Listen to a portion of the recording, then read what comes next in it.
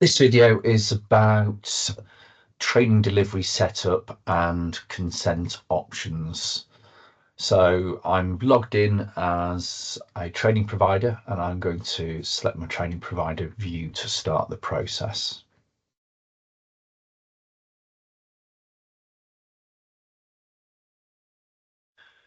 Okay, so first thing we need to consider before we set up a training delivery is our consent options. These can be found under the consents tab on your training provider details screen. If we click on the consents tab here, we have a number of options that we can actually deploy when we're setting up our training delivery. So first of all, we've got at the top the option to include a terms and conditions link, which parents of to giving consent for trainees would have to agree to. So you can specify your own terms and conditions URL and determine when you set up the training delivery whether you include that URL on your consent form. You can additionally set up two optional questions for your training delivery. So here I've set up two. One is, would you like to borrow a cycle? And the other is, would you like to borrow a helmet? That captures free text answers, which then can be downloaded as part of your consent download, should you wish to do so. We've got two other options here at the bottom. First of all is collecting rider characteristics on the consent form. If we have that box ticked, then in the actual consent form, we will start collecting ethnicity and pupil premium information in the consent form. If you don't tick that box, then you have an option to manually add that information if you're collecting it anonymously from the school, either directly into Link at a later stage, or you can use the instructor app when on site at the school to edit that rider characteristic data anonymously at that point in time as well. So I've unticked that box for the time being. The final option here is catering for non-riders on the course. Quite a few training providers have limited numbers of instructors. So if they have non-riders turn up to, let's say, a level 1 course, they don't have any capacity within their instructor allocation to take those riders to one side and kind of run a quick impromptu learn to ride session for them. So this function, if we don't tick the box, then if a rider says they can't ride during consent process, then they are unable to proceed further through that consent process unless there is a learn to ride course scheduled as part of the training delivery. In this case, I've left the box ticked, so this means that if we do get a non-rider that's, let's say, signing up to my combined level 1 and 2 course, that they would be allowed to go through the process and actually give their full consent to take part. What the instructors will see in their app is they will see an icon in their app to show that they are a non-rider against the consent information that's provided. So I'm going to leave that ticked. We'll leave the characteristics out in this particular case, and I'm going to save any changes we've made here. Okay, so the next thing we're going to do now is to create a digitized training delivery. I'm going to do this. I'm going to select from the left-hand menu, create digitized training delivery.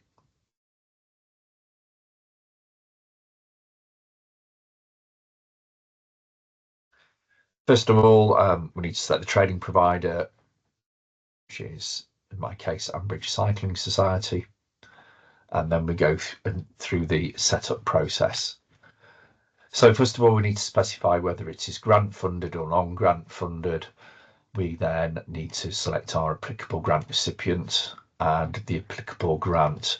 Typically, you'll see in the grants drop down, there will be your core grant for cycle training delivery for the period, and you may also have a distinct half grant that can be applied as well. So select the grant that's appropriate for you. We have a set of notes here which the training provider can use to add additional information regarding the delivery, and that information will be seen both by the schools and the instructors in the instructor app. So let's say there are some issues in terms of using one of the playgrounds due to building work. You could add a note in here and then all your instructors are aware of that information in the app. Or it may be that, I don't know, because of a school assembly, there's a late start to one of the days. Again, you can add a note in here and that's visible to all of your instructors as well. I'm going to add in a test note just so we've got some text in there we can see later.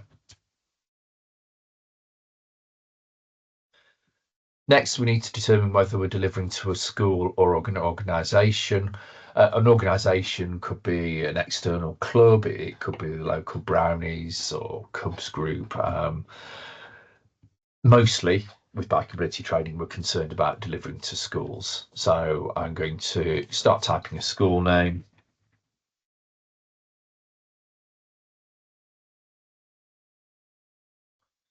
And this is the demonstration school I've been using. So first of all, we select the school, the address is then specified. We can then, from our existing school contacts, we can select any contacts that we already have for that school. If we want to add a new contact for that school, we can add a contact row below. So in this case, I'm going to select an existing contact. So my test school contact. And if we wanted to add a new contact, we can add a new contact row there if we wish to do so. I'm going to remove that in this particular case. So I've added a contact for my training now. That contact, when the training delivery is set up, will receive an email saying that the new training delivery has been set up, and it will ask them to log in prior to the training event and confirm the book numbers for the training delivery. So moving on from there, on the next screen, we have an option to specify an alternate delivery location. So it may be that that particular school has a really tiny playground and that you're using the mugger over to the local sports centre to do the training instead, in which case you can then specify the separate location that the training is taking place at. Next, we set the start and end date for our course. So in this particular case, I'm going to set today's date as a start date, and I will set an end date a week down the line. If there's any additional funding coming in from local authorities to fund this training, then that needs to be specified here. Next, we assign our instructors to the training. So I'm going to add my system admin instructor and add myself as an instructor as well. Okay, next we are adding the course to the training delivery. So you can only ever add one instance of a course to the training delivery. So if you wish to split in groups for that training, the way to do that would be to select the course, select the riders for your first group, undertake the training, complete the training, then select the riders for your second group. So I'm going to add in my course 1 group, level 1 and level 2 combined, and I'm going to put a provision number in of 6 riders. And then finally, we need to specify a consent cutoff date. It could be that you can set consents right up to the date of the training. It could be that you want to specify a cutoff date a couple of weeks before the training so that you can ascertain the number of instructors that are required for that training delivery. We're going to set a cutoff Sunday the 13th. Maximum number of consents. So this determines the maximum number of attendees that you can have on that event. Once that cutoff is reached, no further consents will be taken. However, it is possible to enable a waiting list. So let's say you've got 2 instructors doing a level 2 delivery, you could set a maximum of 12 consents and enable a waiting list for anyone that comes on board after that. That means if you have a rider drop out near to the event start date, you can then move somebody to the waiting list into the actual live training delivery and deliver to them instead. So I'm going to set maximum number of consents for this one, for this test purposes, of 6, and I'll enable the waiting list. Bikeability Trust automatically sends reminder communications out to parents to remind them to start checking bikes and helmets. We can specify an early start date that this information should start going out. In this case, my course is actually starting today, so today is the only date I can select there. Now we can see we've got from the consent options earlier on, we've got that option to include the terms and conditions URL if we wish to do so, and we've got the options to include those additional questions that I've specified should we wish to do so. In this particular case, I'm not going to include them. Then finally, we've got a summary screen, so we can just check that all the training delivery information is correct before we actually create it. So if we're all happy with that information, then we create the delivery. And then we end up on the summary screen for that training delivery. And if I just scroll down, we can see what information is available for each training delivery that we're running. So we can see that we've created here provisionally 6 booked. We can see that the school hasn't confirmed the book numbers yet. And as it stands at the present time, this delivery doesn't have any characteristics. There are none attended yet, none completed, no outcomes, no survey results. If we're going to include a QR code on the letter home to parents to solicit the consents for this training delivery, then the QR code is here at the bottom, and that can be downloaded and included on any communication that you send home to parents. Likewise, if the school uses a digital means of sending information to parents, then you can cut and paste the URL here next to the QR code.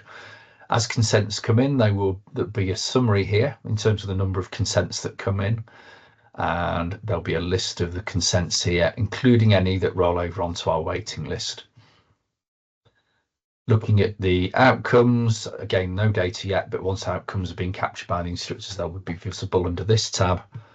And then rider characteristics, depending on how we collect them, will appear here. Now, those characteristics, as we mentioned earlier, could be either optionally collected during consent process, they could be added later by the training provider using this tab, or if they're collected by the instructor at school, that information can be input via the instructor app as well. Last 2 tabs, one is for post-course survey results. There are none yet because we've not done any surveys. And the last tab is to record any fleet cycle usage if you're in receipt of any fleet cycle funding from the Bikeability Trust.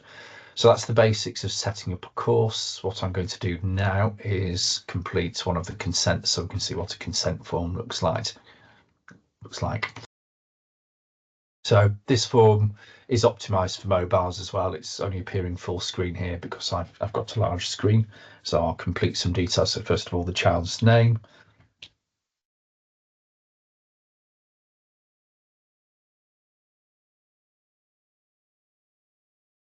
Date of birth for your trainee.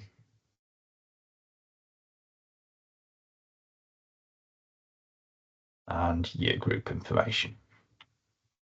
So we're asking here gender. And then consent to take part in the training. Likewise, we're asking for any consent photography because I know that some training providers actually take photos on behalf of the school and send them back to the school for inclusion in their school newsletters and social media posts. Next, we're asking about cycling ability and frequency.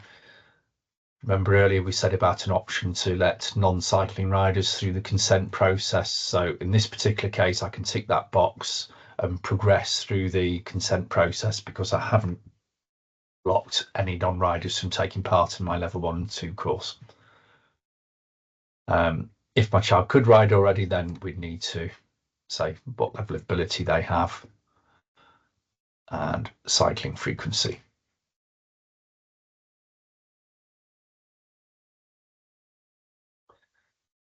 So here we ask to confirm that a bike will be provided. If we click no, then there'll be a pop-up to suggest that the parent contacts the school or training provider to see if there are any loan bikes available. Next is consent that their bike is actually being checked. There is a link through to a video, a bike check video as well. And then finally that there's a helmet being checked.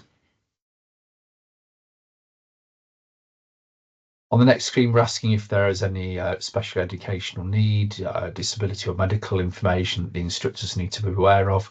If you tick yes, then you can provide information in the box.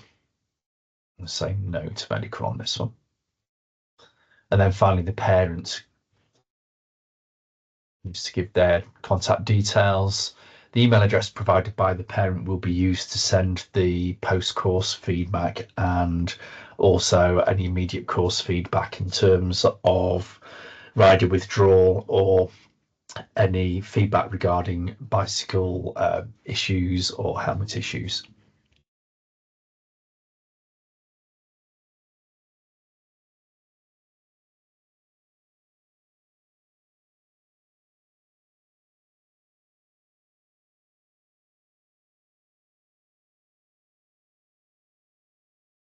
We ask for confirmation of email address because in many cases parents aren't very good at typing their own email address or do not check it properly. So if we have the confirmation in there, it ensures that people revalidate the information. There's an option to add a second parent. So if there's any dual parenting going on, you can add a second parent, which means that both parents will get the post-course feedback.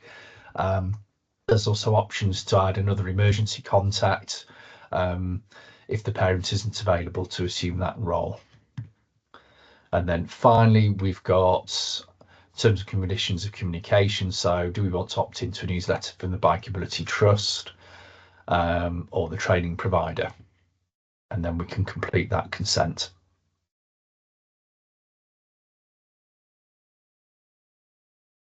Okay, so that concludes the basics of setting up a digitised training delivery and the consent options, and then basically submitting a consent form.